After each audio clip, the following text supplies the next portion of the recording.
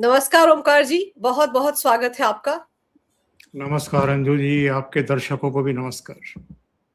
Sir, Bengal तो अब शुभेंदु अधिकारी के हवाले हो गया और खबरें ये आ रही हैं कि उन्होंने मंत्रालय संभालते ही, सीएम की कुर्सी संभालते ही काम भी करना शुरू कर दिया और 600 किलोमीटर लंबी जो बॉर्डर है भारत का बांग्लादेश के साथ, उस पर बाड़ लगाने के लिए जमीन देने की फाइल भी साइन कर दी है सर।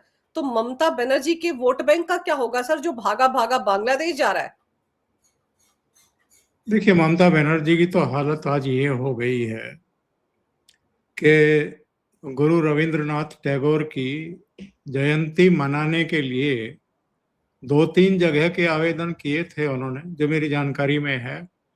उनको वो जगह की परमिशन नहीं मिली और बाद में एक खुले स्थान में उन्होंने एक बड़ा सा कटआउट, बड़ा सा एक वो लगा करके वहां पर पुष्प वगैरह अर्पित किए और गिनती आप अपनी उंगलियों पे गिन सकते हैं, इतने लोग थे वहां पर उनके साथ।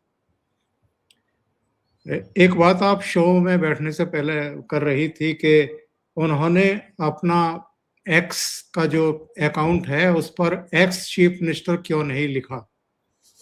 तो देखिए, इसके पीछे राज है एक, वो राज समझने की जरूरत है। आपको ध्यान है उद्धव ठाकरे का केस जब सुप्रीम कोर्ट में पहुंचा था तो ममता बनर्जी के दिमाग में ये है कि मैं अगर रिजाइन कर दूंगी तो कहीं वो उद्धव ठाकरे वाला मामला फिर बाद में सुप्रीम कोर्ट में जब मैं केस लड़ूंगी तो उसमें बैकफायर ना कर जाए। उस समय ये कहा गया था उद्धव ठाकरे से कि आपको रिजाइन नहीं करना चाहिए था, जबकि उद्धव ठाकरे वाला केस दूसरा था और ये केस ही दूसरा है। ये केस तो जनादेश के द्वारा एक चीफ मिनिस्टर, एक सरकार को चलता करने का है और आपको गलतफहमी है कि आपको गलत तरीके से मुख्यमंत्री पद से चलता किया जा रहा है। वहां तो उनकी सरकार के 40 एमएलए ने एकनाथ शिंदे के नेतृत्व में बगावत की थी और वो अलग हो गए थे और अल्पमत सरकार को कितनी देर तक चला सकते थे उद्धव ठाकरे, और उन्होंने अपने पद से इस्तीफा सौंप दिया था। यहाँ केस अलग है एकदम, यहाँ तो नया जनादेश आया है, बिल्कुल उस वजह से ये बाहर गई हैं। अब चलिए, उनके दिमाग में जो भी है या जो भी एक वो किसी को मैसेज देना चाहती हैं कि मैं अपने आप को चीफ मिनिस्टर ही लिखूंगी 15वीं, 16वीं और 17वीं विधानसभा का, मैं एक्स चीफ मिनिस्टर नहीं लिखूंगी। तो आप 2011 से पहले भी चीफ मिनिस्टर ही थी क्या? तो ये एक गलतफहमी होती है आदमी की कि जो अपने ख्यालों में ही पदों से चिपके रहते हैं। खैर, पश्चिम बंगाल की जनता ने एक सिला उनको दे दिया है, एक उनको रास्ता दिखा दिया है। अब आते हैं उस मुद्दे पर जो आपने प्रश्न किया है। देखिए, शुभेंदु अधिकारी को बहुत सोच समझ करके पश्चिम बंगाल की जिम्मेदारी सौंपी और सब जानते हैं कि वो कितने जुझारू नेता हैं, कितने संघर्षशील नेता हैं और उन्होंने क्या क्या सहा है। जो मेरी जानकारी में है, करीब 80 मुकदमे उनके ऊपर ममता बनर्जी सरकार ने किए थे, अलग अलग प्रदर्शनों की अगुवाई करते हुए और दूसरे डेमोन्स्ट्रेशन में हिस्सा लेने के लिए और कुछ बयानों को लेकर के, कुछ दूसरी चीजों को लेकर के। अब बहुत सारे चेहरे थे, उनके नाम भी चल रहे थे दिल्ली के मीडिया में हमेशा की तरह।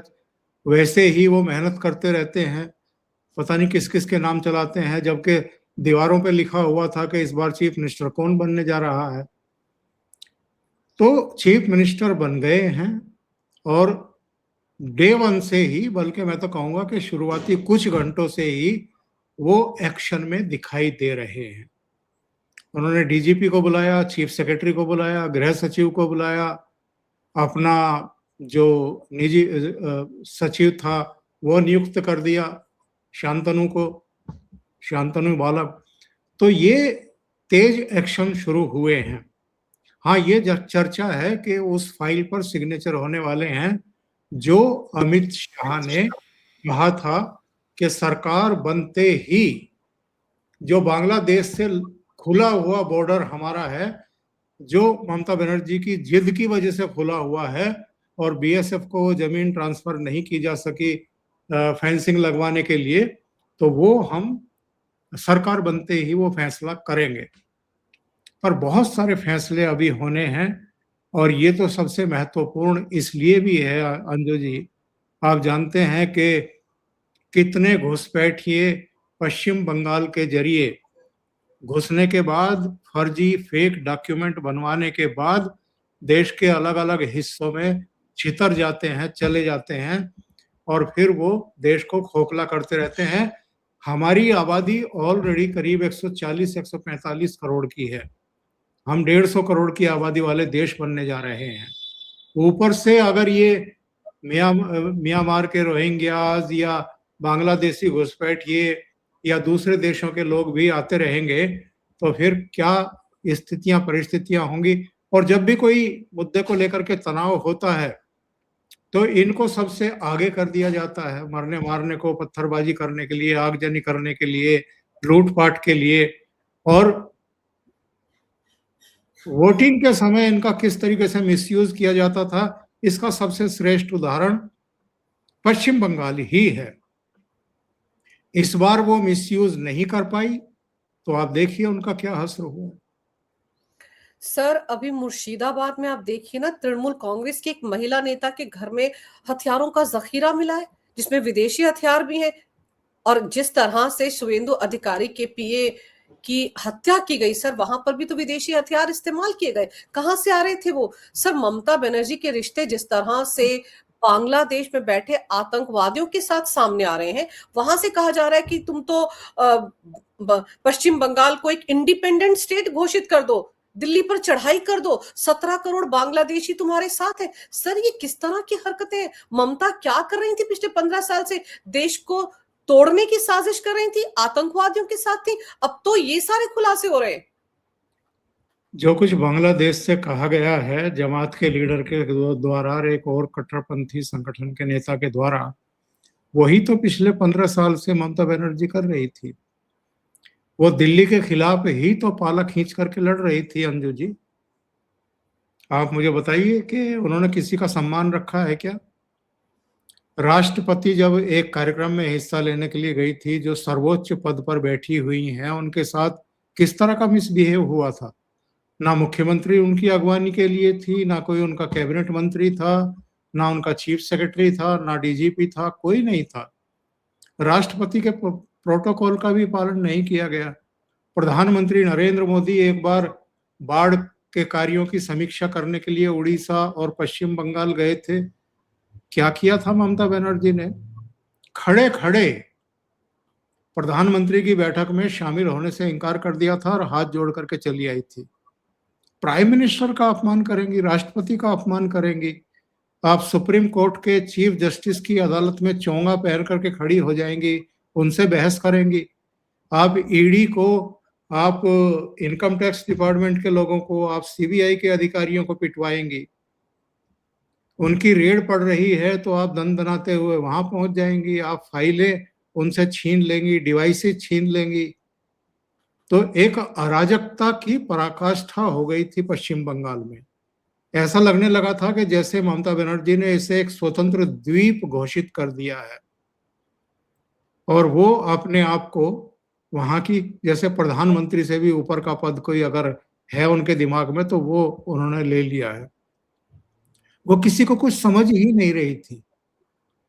और हर चीज की एक अति होती है, एक पराकाष्ठा होती है, और मतदाताओं के मन में भी ये तह लगती रहती है जब आप इस तरह के मिसबिहेव करती हैं किसी के साथ, और संवैधानिक संस्थाओं के प्रमुखों के साथ भी। तो ये सारी चीजें अल्टीमेटली आपको पे करती हैं, और वही मुझे होता हुआ दिखाई दिया पश्चिम बंगाल में।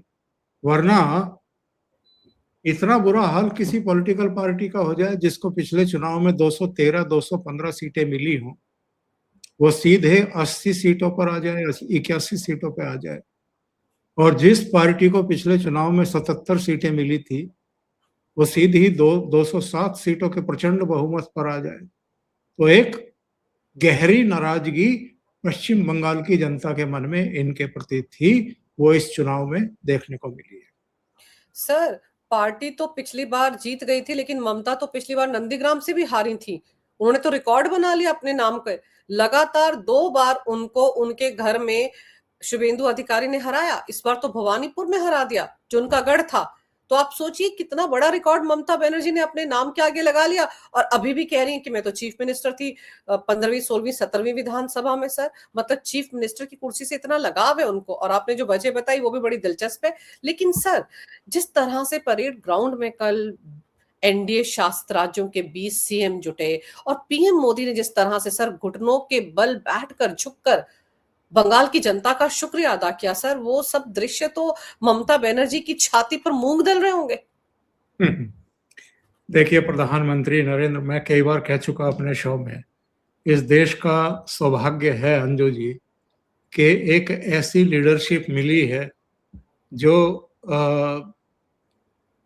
हमें पग पग पर आचरण भी सिखाती है, विनम्रता का पाठ भी पढ़ाती है, और जो कैसे टॉप टू बॉटम जो आपकी लीडरशिप है उनको सम्मान कैसे दिया जाना चाहिए पॉलिटिकल पार्टी में, यानी लीड कैसे किया जाता है, ये कोई नरेंद्र मोदी से सीखे, अगर कोई सीखना चाहे तो। एरोगेंस उनके व्यवहार में कभी, उनकी वाणी से कभी दिखाई सुनाई नहीं पड़ती है। आज के शपथ समारोह के 3-4 पल हर एक के दिल को छू करके गए हैं। एक नरेंद्र मोदी का मतलब राष्ट्रपति के बाद सर्वोच्च पद पर बैठे हुए व्यक्ति हैं, जिनके इशारों पर, आंख के इशारों पर बड़े से बड़े फैसले होते हैं। वो घुटनों के बल जमीन पर बैठे, अपना माथा उन्होंने मिट्टी से मिलाया, हाथ जोड़े, कोटि कोटि बंगाल की जनता जनार्दन को धन्यवाद किया। किस तरीके से किया है, ये कोई सीखे कि जनादेश से दिमाग खराब नहीं हुए हैं। उसी जनशक्ति को, उसी बंगाल की जनता को नमस्कार किया है। दूसरी घटना, एक 98 साल के उनके बुजुर्ग कार्यकर्ता, उनका शॉल ओढ़ा करके, सरकार साहब का उनका शॉल ओढ़ा करके उनको सम्मानित करना, लाखों की उपस्थिति में, और मंचस्थ 22 राज्यों के मुख्यमंत्रियों, उप मुख्यमंत्रियों और कैबिनेट के बड़े मंत्रियों की मौजूदगी में उनका सम्मान ही नहीं किया, उनको गले से चिपका लिया, उनसे बहुत आत्मीयता के साथ उनकी आंखों में आंखें डाल करके बातचीत की, खड़े होकर के उनके स्वास्थ्य के बारे में, परिवार के बारे में, उनके संघर्ष को सलाम किया, नमस्कार किया। तीसरी घटना, शुभेंदु अधिकारी ने जब शपथ ली और उसके बाद वो प्रधानमंत्री के पास गए, तो किस तरीके से, किस जज्बे से, किस आत्मीयता से उन्होंने शुभेंदु अधिकारी को अपने गले से लगाया, उनकी पीठ थपथपाई, और उनकी आंखों को अगर पढ़ें नरेंद्र मोदी की, तो उसमें सारे भाव निहित थे, वो दिखाई दे रहे थे। कितना लंबा संघर्ष किया है, कितनी बड़ी चुनौती थी इस कुशासन को उखाड़ फेंकने की, और अल्टीमेटली एक ऐसे व्यक्ति पर वो पूरी पार्टी विश्वास करने में कामयाब हुई जो कभी ममता बनर्जी के ही सहयोगी हुआ करते थे, और उस आदमी ने भरोसे को तोड़ा नहीं। चौथा पल, जब शुभेंदु अधिकारी सबको नमस्कार करते हुए योगी आदित्यनाथ के पास पहुंचे, तो योगी आदित्यनाथ ने अपने गले का पटका उतार करके उनके गले में डाल दिया। ये एक बहुत बड़ा मैसेज था योगी आदित्यनाथ की तरफ से कि भैया 2017 में जो उत्तर प्रदेश मुझे मिला था, उसकी भी कमोबेश ऐसी ही दुर्दशा थी, जैसी जिस हालत में आज आपको बंगाल मिला है। अब ये आपकी जिम्मेदारी है, ये जो पटका मैं दे रहा हूं, इसकी लाज रखनी है, और ये आपको एक शक्ति देगा, प्रेरित करेगा, और आपको पश्चिम बंगाल को भी वैसा ही बनाना है जैसा हम इतने अथक प्रयासों के बाद, दिन रात की मेहनत के बाद उत्तर प्रदेश को उन गुंडे, मवाली, माफियों, बदमाशों, अपहरणकर्ताओं से बचा करके यहाँ तक लाए हैं। और जब अब उन चुनिंदा राज्यों में है जहां सर्वाधिक निवेश आ रहा है, जहां विकास के काम हो रहे हैं, जहां हाईवे, एक्सप्रेसवे, रेलवेज सबका विस्तार हो रहा है, और जहां पर डिफेंस कॉरिडोर तक बन गया है लखनऊ के पास। तो ये एक एक एक मूक संदेश था योगी आदित्यनाथ के द्वारा, और वो पल भूल नहीं सकते हैं जब चुनाव प्रचार के लिए योगी आदित्यनाथ वहां गए थे और शुवेंदु अधिकारी ने एक पटका, एक शॉल टाइप जो है उनके गले में डाला योगी आदित्यनाथ के, और दंडवत प्रणाम किया था उनको। बाद में जब मीडिया ने पूछा कि आपने दंडवत प्रणाम क्यों किया, उन्होंने कहा कि वो केवल उत्तर प्रदेश के चीफ मिनिस्टर नहीं है, वो गोरक्ष पीठ के मठाधीश भी हैं, पीठाधीश्वर भी हैं। मेरा ये दायित्व बनता है कि नाथ परंपरा के इस दिग्गज के चरणों में मैं दंडवत प्रणाम करूं। तो ये एक अलग रिश्ता बन गया है, और केवल हम इन दो दिग्गजों की क्या बात करें, अब तो भारतीय जनता पार्टी के पास ऐसे कई दिग्गज चीफ मिनिस्टर हो गए हैं। जी, आप बिल्कुल सही कह रहे हैं, कई दिग्गज सीएम हो गए हैं सर। एक तरफ आप देखिए हिमंता, दूसरी तरफ योगी जी, और अब शुवेंदु अधिकारी। और शुवेंदु अधिकारी तो सर ये लगातार बोलते रहे कि सबका साथ, सबका विकास नहीं चाहिए, जो हमारे साथ उसका विकास। तो उनकी तेवर तो और ज्यादा तल्ख है। अब डीजीपी से उन्होंने मुलाकात की सर, तो यानी कि जो छुटपुट घटनाएं यहां वहां हो रही थी, और बहुत सारी जगहों पर तो सर ये भी खबरें आई कि टीएमसी के कार्यकर्ता जो है वो बीजेपी के कार्यकर्ता बनकर उन्होंने भगवा वो जो आबिर है अपने चेहरे पर लगा लिया, झंडा पकड़ लिया बीजेपी का, और वो उल्टी हरकतें कर रहे थे। तो अब तो सब पर शिकंजा कसेगा, क्योंकि जैसे आपने बताया उन्होंने तो तुरंत बैठ के बुलाकर काम करना शुरू कर दिया, एकदम एक्शन में आ गए। तो ये बहुत बड़ा चैलेंज है इस वक्त जो टीएमसी के गुंडे जगह जगह रायता फैला रहे हैं। 4 स्टेट में इस समय चाक चौबंद व्यवस्थाएं हो चुकी हैं। नीचे असम में लगातार काम कर रहे हैं हिमंता बिस्वा शर्मा। अभी बिहार में नेतृत्व परिवर्तन के बाद सम्राट चौधरी आ गए हैं और बुलडोजर वहां निकल चुका है। उत्तर प्रदेश में योगी आदित्यनाथ 2017 के बाद से ही दिन रात जिसको कहते हैं कि भागीरथ प्रयासों में लगे हुए हैं, और अभी चौथा स्टेट जो असम की तरह घुसपैठ का शिकार रहा है, और जहां से सारी साजिशें रची जाती रही थी, और जो जिहादियों का गढ़ बन गया था, उस पश्चिम बंगाल की कमान शुवेंदु अधिकारी को दे दी गई। तो अब मुझे लगता है कि जो लोग 2047 तक भारत को इस्लामिक स्टेट बनाने का सपना देख रहे थे, वो तो आज की तारीख में 9 मई को मिट्टी में मिल चुका है। क्योंकि प्रधानमंत्री नरेंद्र मोदी कहते हैं कि मुझे 2047 तक भारत को विकसित राष्ट्रों की पांत में ले जाकर के खड़ा करना है, और ये जिहादी तत्व जो गजवाए हिंद का सपना देखते हैं, वो सपना देख रहे थे कि हम 2047 तक भारत को इस्लामिक स्टेट घोषित करवा देंगे। और इसके लिए बहुत बड़ी बड़ी साजिशें पाकिस्तान की तरफ से, आईएसआई की तरफ से, चीन की तरफ से, अमेरिकी डीप स्टेट की तरफ से, यहाँ भी पीएफआई से लेकर के तमाम दूसरे संगठन, और जो पाकिस्तान में बैठे हुए लश्कर, आपके जितने भी ये 3-4 बड़े आतंकवादी संगठन हैं, ये सब लगे हुए थे। यहाँ तक कि आईएसएस जो है वो भी लगी हुई थी, और ईरान तक का जो है वो की तरफ से फंडिंग वगैरह आती रही जम्मू कश्मीर में। तो ये एक बहुत बड़ी साजिश भारत को डिस्टेबलाइज करने की थी, इसका इस्लामीकरण करने की थी, जिहादियों के हवाले इसको सौंपने की थी, ताकि वो अपनी मन की मुराद पूरी कर सकें। लेकिन मैं पहले भी शायद आपके शो में कह चुका, अंजू जी, 3-4 घटनाएं हुई हैं जी। और ये घटनाएं हमें बताती हैं कि अब बीड़ा किसी और ने नहीं उठाया है, भारत की कोटि कोटि जनता ने अपने हाथ में उठा लिया है। जब लोकसभा चुनाव के बाद 2 राज्यों में चुनाव हुए, जम्मू कश्मीर हरियाणा में, तो हरियाणा को अगर कांग्रेस के हवाले कर दिया होता हरियाणा की जनता के द्वारा, आप अंदाजा नहीं लगा सकते कि कितनी अराजकता पैदा होने वाली थी दिल्ली में। जो पंजाब से अराजक तत्व चलते, उनको हरियाणा में कांग्रेस की सरकार रोकने वाली नहीं थी। बिल्कुल।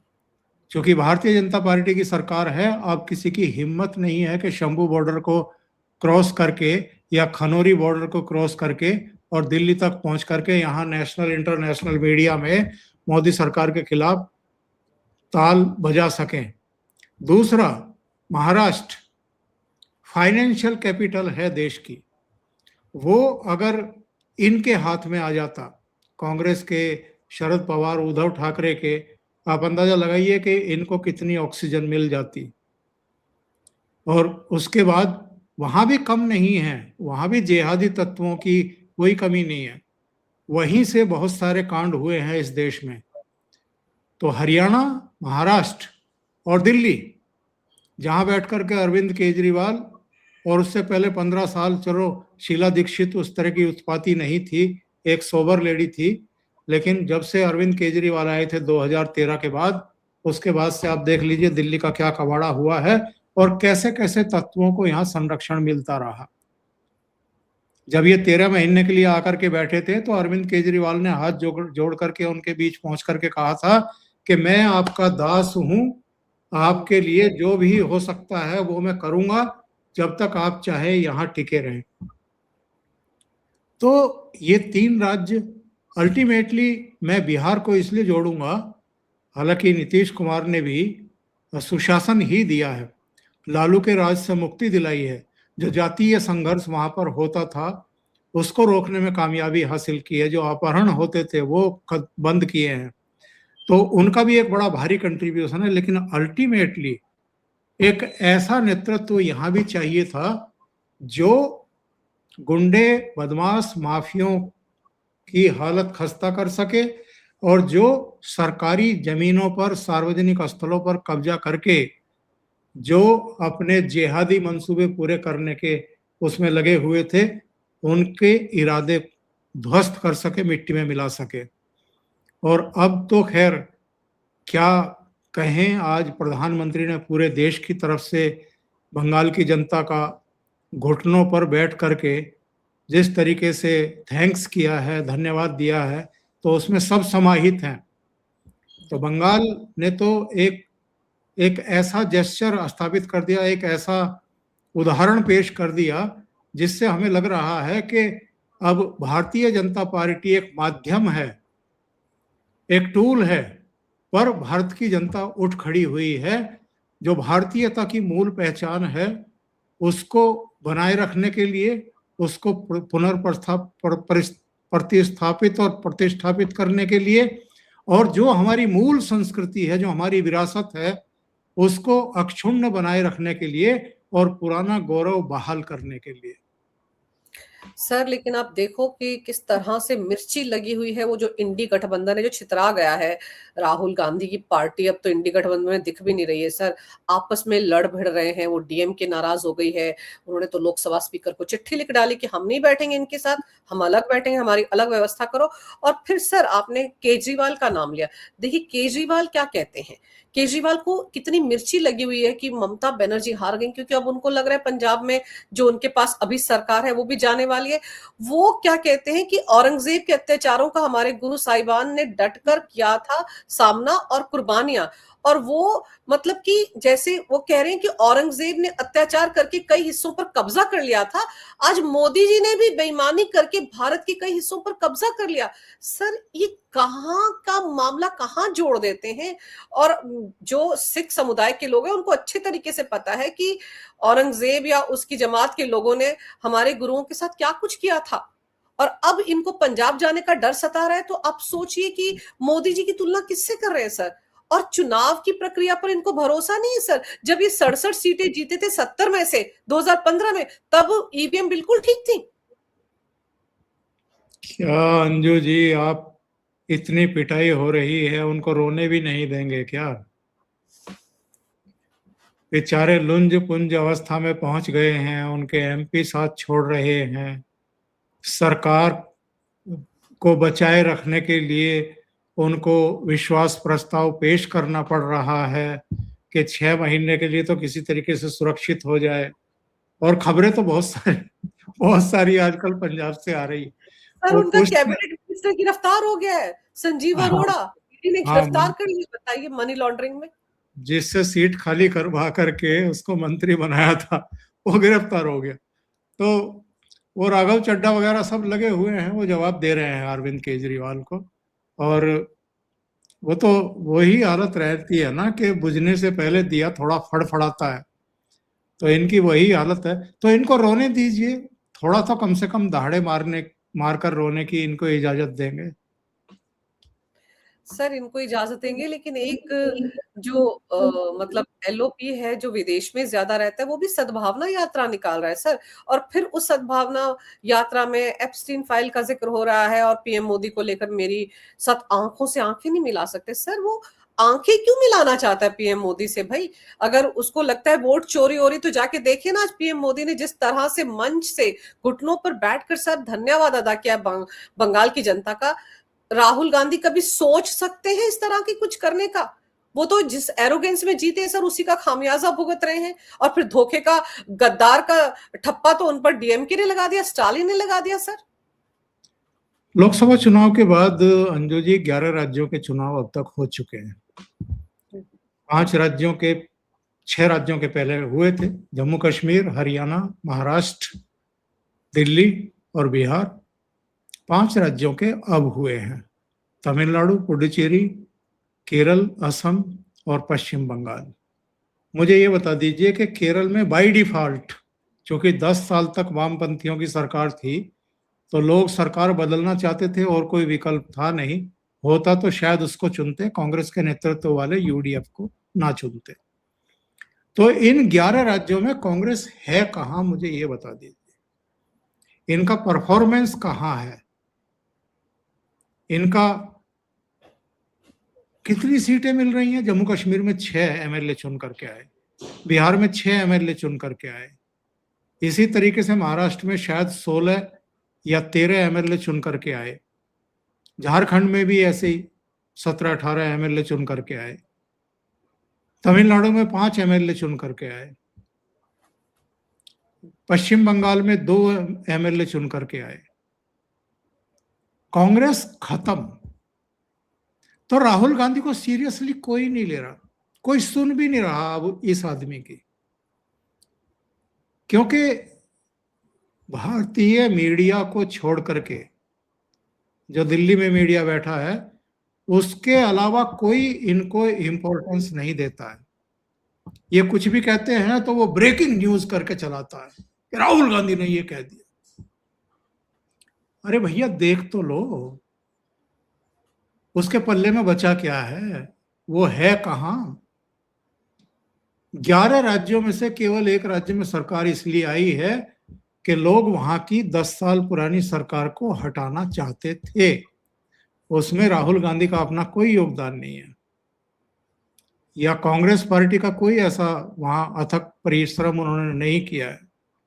कोई तीसरा विकल्प ही नहीं था, इसलिए इनको चुन लिया गया। तो इनकी कोई सुन नहीं रहा, तो इनको सीरियसली लेकर के इस पर बात करना ही बंद कर देना चाहिए। सर जिस एक राज्य में सरकार बना सकती है कांग्रेस यूडीएफ वो मुस्लिम लीग के साथ मिलकर, वहां पर सीएम ही तय नहीं कर पा रहे हैं। केसी वेणुगोपाल बनना चाहते हैं, सतीशन बनना चाहते हैं, वहां 3-3 लोग बैठे हुए सर, एक बीमार 100, एक अनार 100 बीमार। अभी तक कुछ हुआ ही नहीं वहां पर सर, वहां तो सबसे पहले सरकार बन जानी चाहिए थी। और सर अगर आपको बंगाल में लगता है वोट चोरी हुई, तो फिर वहां भी तो वोट चोरी हुए, वहां पर सरकार क्यों बना रहे हो? अगर आप ममता बनर्जी का साथ दे रहे हो कि आपके साथ बड़ी दुर्घटना हो गई, देखिए वोट चोरी हो गया, ईवीएम में खराबी थी, तो सर राहुल गांधी को सद्भावना दिखाते हुए ममता बनर्जी के साथ खड़े होते, कह देना चाहिए था हम केरल के चुनाव के नतीजों को नहीं मानते, हम नहीं बनाएंगे सरकार। नहीं नहीं, वोट चोरी हिमाचल में नहीं होती है अगर कांग्रेस की सरकार बन रही हो।